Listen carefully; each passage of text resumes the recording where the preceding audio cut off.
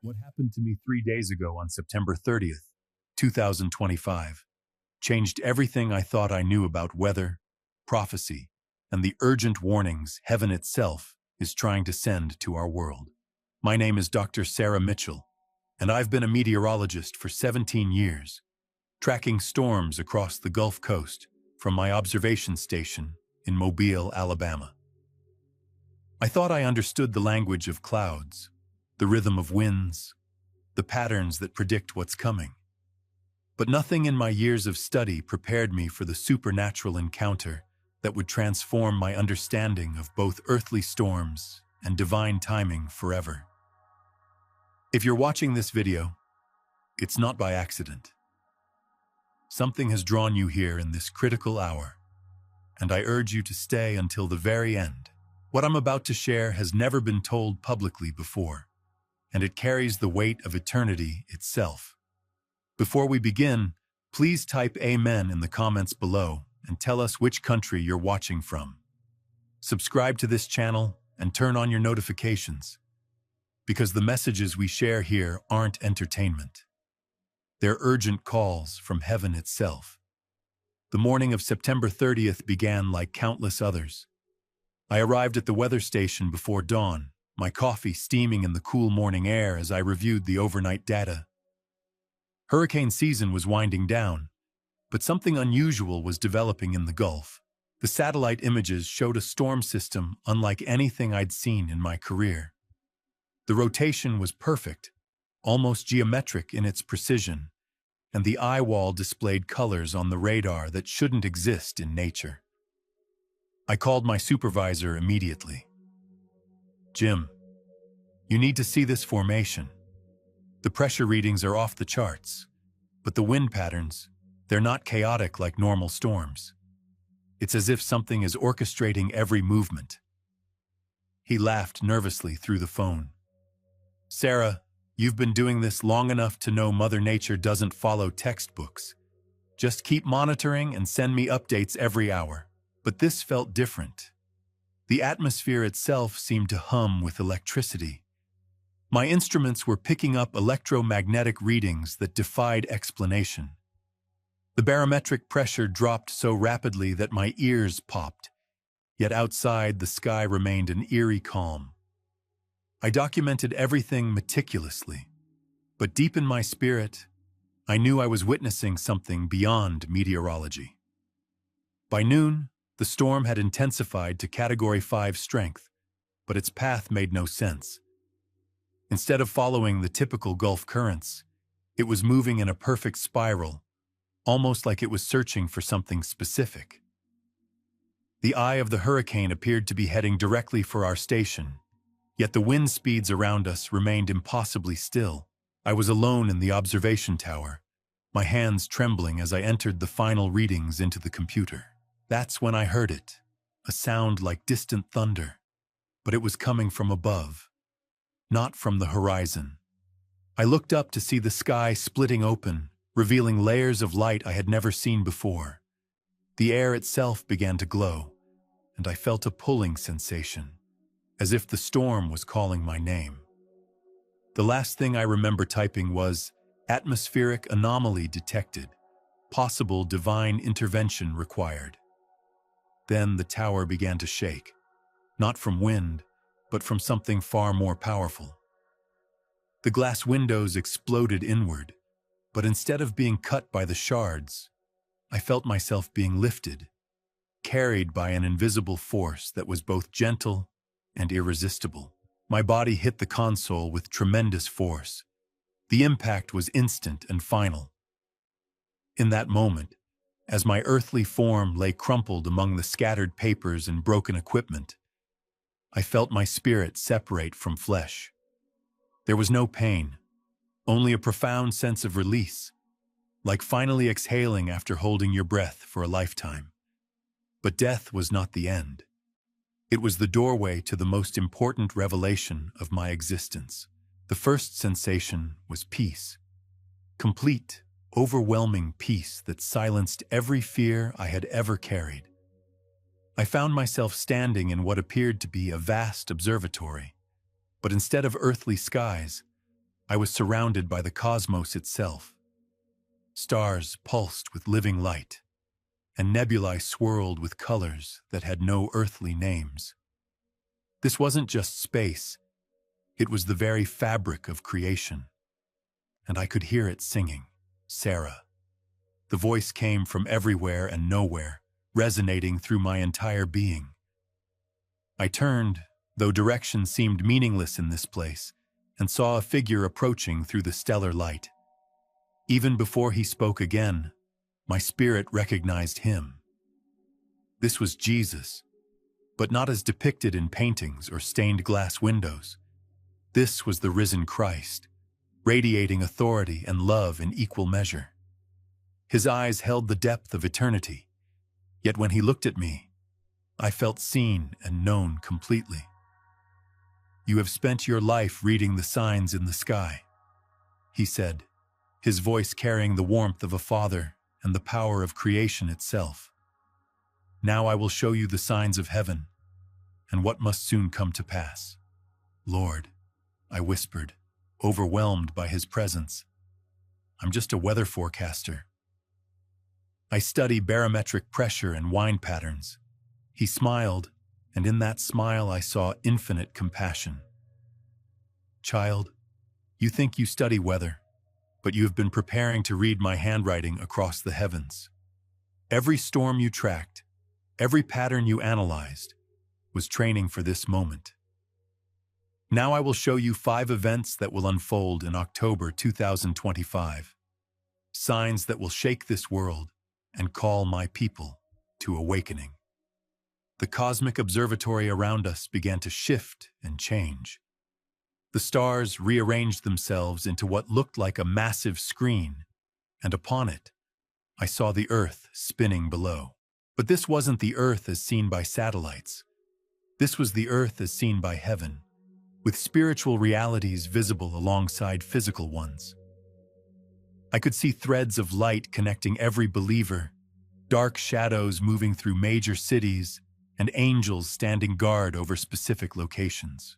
"The first sign," Jesus said, raising his hand toward the cosmic display, "will come in the skies themselves. On October 7th, 2025, the aurora borealis will appear where it has never been seen before. The northern lights will dance across skies from Mexico to Argentina, from Australia to South Africa. Scientists will scramble for explanations, speaking of solar flares and magnetic anomalies, but those with spiritual eyes will recognize this as my announcement that the time of great awakening has begun." As he spoke, I watched the vision unfold before me. The night sky across the southern hemisphere erupted in cascades of green, purple, and gold light. People poured from their homes, pointing upward in wonder and fear. Some fell to their knees in spontaneous worship, while others filmed with their phones, trying to capture what their instruments could not fully measure. "This will be no natural phenomenon," Jesus continued. "The lights will form patterns, symbols that will speak to the heart, even when the mind cannot comprehend. Children will point to the sky and speak of angels dancing, while their parents struggle to find scientific explanations for what their spirits already understand." The vision shifted, and I saw news anchors around the world attempting to provide rational commentary for an event that transcended rational explanation. Yet in their eyes, I could see the flicker of recognition, the stirring of souls that had been dormant for too long. "Lord," I asked, my voice trembling with the weight of what I was witnessing, "will people understand what they're seeing?" His expression grew both loving and sorrowful. "Some will, Sarah. Others will explain it away, choosing comfort over truth. But for those who are ready, this will be the first call to lift their eyes from earthly concerns and remember that heaven is real, that I am real, and that my promises are about to be fulfilled." The second vision began to form in the cosmic display, and I felt my spirit lean forward in anticipation. knowing that what I was about to see would challenge everything the world thought it knew about the times we are living in. The second event that Jesus revealed to me was unlike anything I could have imagined as a meteorologist. The cosmic display shifted, and I found myself looking down at the world's oceans. But these weren't the familiar blue waters I had studied for years. They were glowing with an inner light, pulsing like a massive heartbeat across the planet. On October 14th, Jesus said, his voice carrying the authority of one who commands the seas, "The waters will rise, but not as men expect. This will not be destruction, but declaration.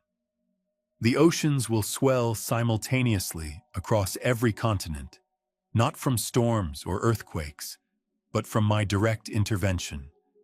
The tides will reach heights that defy all natural law, yet they will harm no one who trusts in me." As he spoke, I watched in awe as coastlines around the world experienced perfectly synchronized tidal surges.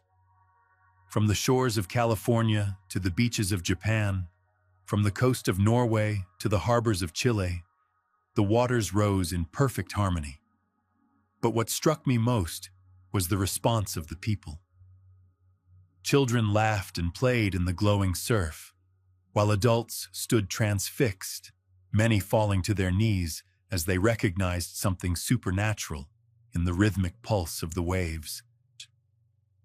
"The water will taste different," Jesus explained, and somehow I could taste it myself. Sweet like honey, pure like mountain springs. "Those who drink will find their bodies healed, their spirits renewed. The lame will walk after stepping into these waters. The blind will see after washing their eyes. Cancer will disappear, depression will lift, and addictions will be broken. Yet the proud will taste only salt, and the mockers will find the water bitter." I watched as news crews tried to explain the phenomenon, their instruments detecting minerals that didn't exist in earthly waters.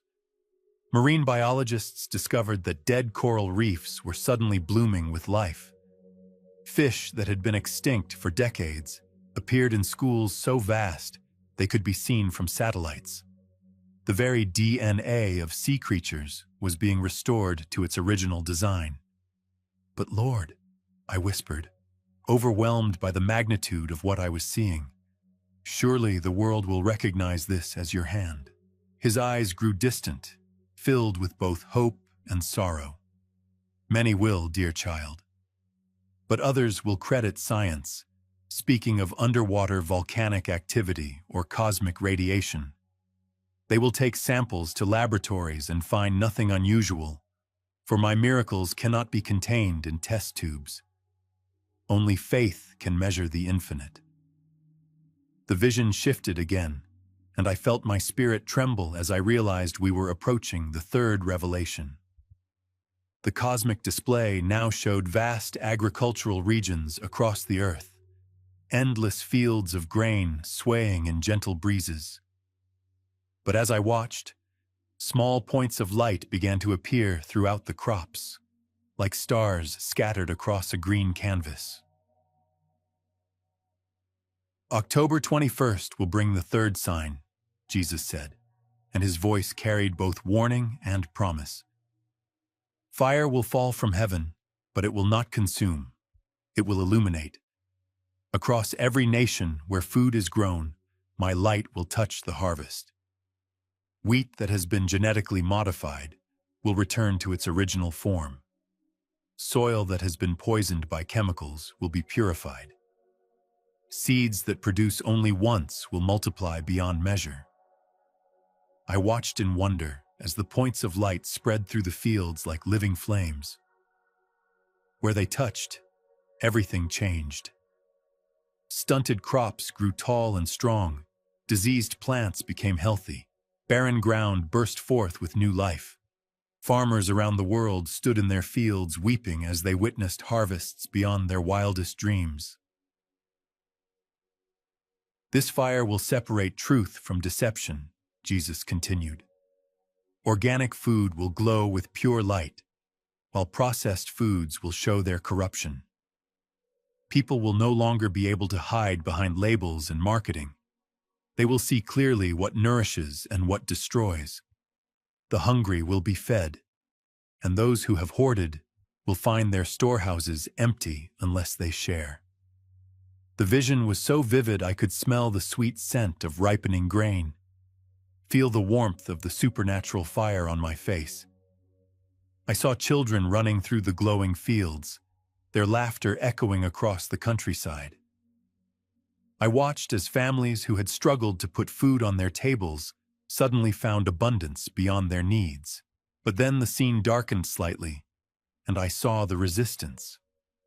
Corporate executives in boardrooms, their faces twisted with anger as their profits disappeared. Government officials trying to ban the distribution of the miraculous food. Media personalities mocking those who claimed to see the light in the grain. The division will become clear, Jesus said sadly. Those who profit from scarcity will rage against my abundance. They will try to convince people that the supernatural harvest is dangerous, that the glowing food is contaminated. But the children will know better. They will eat freely and grow strong, while those who refuse will grow weak. As the agricultural vision faded, I felt a chill run through my spirit.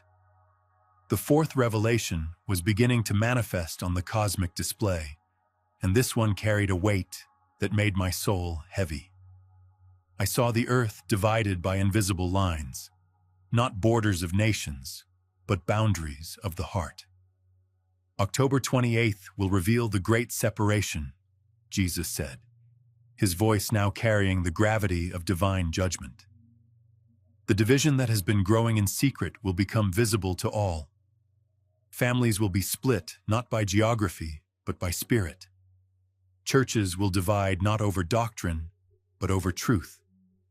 Nations will fracture not along political lines, but along the line between light and darkness. The vision showed me scenes that broke my heart. I saw fathers and sons standing on opposite sides of an invisible chasm, unable to bridge the gap between them. I watched mothers weeping as their children chose paths that led away from everything they had taught them. Churches that had stood for centuries split down the middle as congregations discovered they had been worshiping different gods with the same name. But it wasn't arbitrary or cruel. As I watched more closely, I could see that each person was choosing their side based on the condition of their heart. Those who genuinely loved truth found themselves drawn together, regardless of their previous differences. Former enemies embraced as brothers when they recognized the same light in each other's eyes. But those who loved darkness more than light, even if they had spoken religious words, found themselves isolated and angry. This separation is necessary, Jesus explained, though I could hear the pain in his voice. The wheat must be separated from the tares before the final harvest. Those who have truly given their hearts to me will shine like stars, easily recognizable to one another. But those who have only worn the mask of faith will be exposed, and their true nature will be revealed. I watched as the division played out across every level of society. In governments, officials who had spoken of serving the people while serving only themselves found their corruption exposed for all to see. In businesses, leaders who had claimed to care for their employees while exploiting them discovered they could no longer hide behind corporate rhetoric. Even in families, the pretense of love was stripped away to reveal the genuine article or its absence. Will there be violence? I asked, fearing the answer. There will be anger, Jesus replied. Those who are exposed will lash out at those who shine with my light. But my people will not return evil for evil. They will respond with love, and their gentleness will convict many hearts. Some who initially choose darkness will see the peace of my children and cross over to the light. The fourth vision began to fade, but before it disappeared completely, I saw something that filled me with hope. In cities around the world, small groups of believers were gathering, not in buildings, but in homes, in parks, in any place where they could find one another. They were singing, praying, and sharing what little they had. Their faces glowed with an inner light that no darkness could extinguish. But even as hope filled my heart, I sensed that the fifth and final revelation would be the most significant of all. The cosmic display began to shift one last time, and I felt the presence of Jesus intensify beside me. Whatever he was about to show me would be the culmination of everything that had come before. The stars around us began to pulse in unison, like a massive heartbeat across the universe. The very fabric of space seemed to be preparing for something momentous. I looked at Jesus, and in his eyes I saw both infinite love and awesome power preparing to be revealed. "The fifth sign," he said, and his voice now carried the authority of the Creator speaking creation into existence, "will come on October 31st, and it will change everything forever." The cosmic display transformed once more, and I felt the very air around us thicken with anticipation. Jesus stepped closer, his presence so intense that every atom of my spiritual being vibrated with recognition. The stars themselves seemed to lean in, waiting for his words. "On October 31st, 2025, Jesus began, his voice carrying the weight of eternity. "The veil between heaven and earth will be torn completely. What has been hidden will be revealed. What has been whispered in darkness will be proclaimed from the rooftops. This will be the day of great unveiling." The vision that unfolded before me defied every natural law I had ever studied. I watched as the sky above major cities around the world began to ripple like water disturbed by a stone. Through these ripples, I could see into the spiritual realm with perfect clarity. Angels and demons that had been invisible to human eyes suddenly became as real as buildings and trees. "My people have fought spiritual battles without seeing their enemy," Jesus explained. "But on this day, the warfare will be visible to all. Every demon that has whispered lies will be exposed. Every principality that has ruled over cities will be seen for what it truly is. And my angels, who have been protecting and fighting on behalf of my children, will shine with glory that cannot be denied." I watched in awe as people around the world stopped in their tracks, pointing upward at battles being fought in the heavens above their cities. In New York, a massive angel stood atop the Statue of Liberty, its wings spanning the harbor, engaged in combat with dark entities that had been feeding off the city's greed and corruption. In London, beings of light surrounded Big Ben, while shadows fled from their radiance. In Tokyo, demons that had promoted suicide and despair were being bound by chains of golden light. But it wasn't just the spiritual warfare that became visible. The true condition of every human heart was laid bare. I saw politicians whose public speeches had been filled with noble words, but whose hearts were revealed to be black with corruption and self-serving ambition. Their faces began to reflect the darkness within, making it impossible for them to hide their true nature. Conversely, I witnessed humble janitors and simple laborers whose hearts shone like pure gold, their faces radiating the love of Christ they had quietly carried for years. Children pointed to these ordinary people and said, "Look, Mommy, they're glowing like angels." "The masks will come off," Jesus said, his voice filled with both justice and mercy. "Those who have served me in secret will be honored openly. Those who have used my name for personal gain will be exposed publicly. The first will be last, and the last will be first, just as I promised." The vision shifted to show me churches around the world, and what I saw broke my heart. In some buildings, the presence of God was so thick it was visible like golden honey flowing down the walls.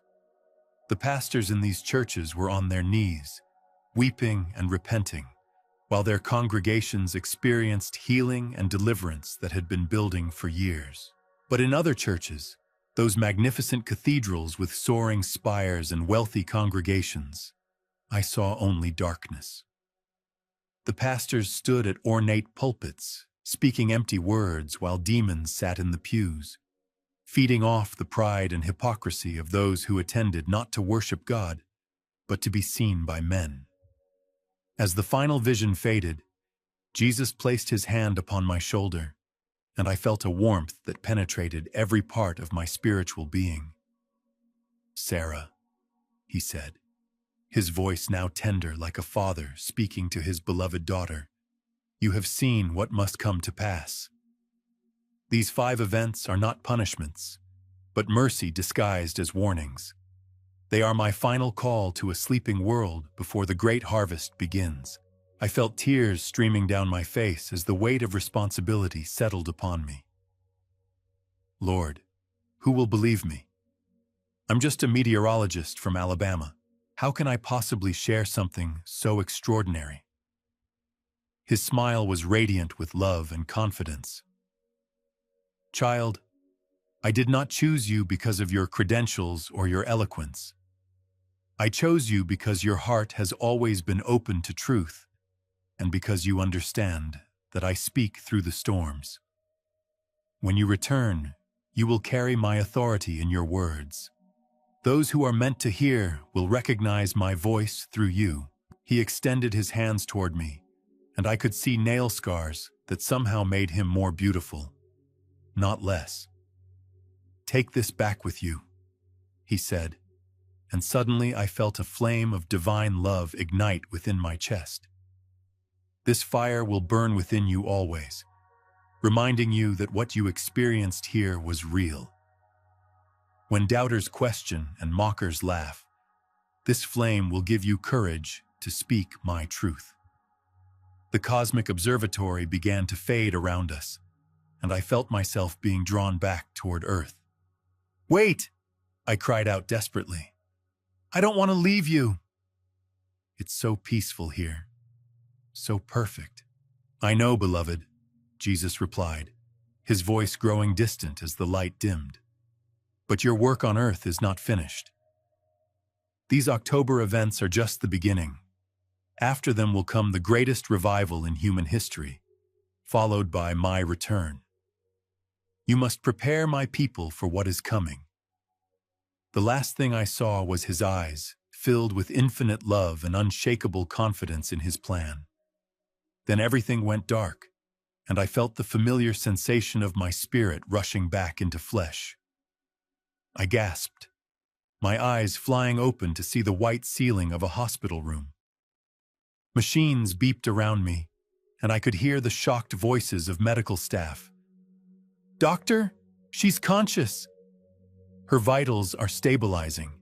A nurse leaned over me, her face filled with wonder. "Ma'am, you've been in a coma for 3 days.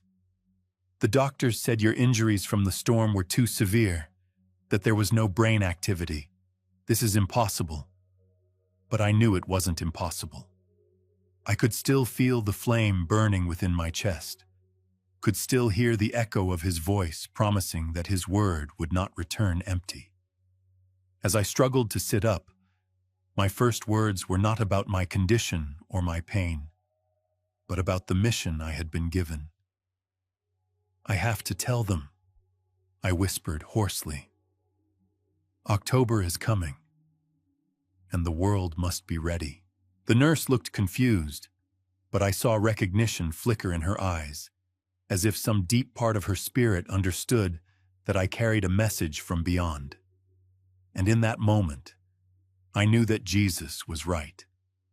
Those who were meant to hear would hear, and through his grace, hearts would be prepared for the magnificent and terrible days ahead. The 5 events I witnessed are not distant possibilities, but approaching realities. October 7th, 14th, 21st, 28th, and 31st will mark days when heaven touches earth in ways this generation has never seen. I pray that when these signs appear, you will remember these words and recognize them not as random phenomena, but as love letters from a God who refuses to let his people sleep through the most important moment in human history.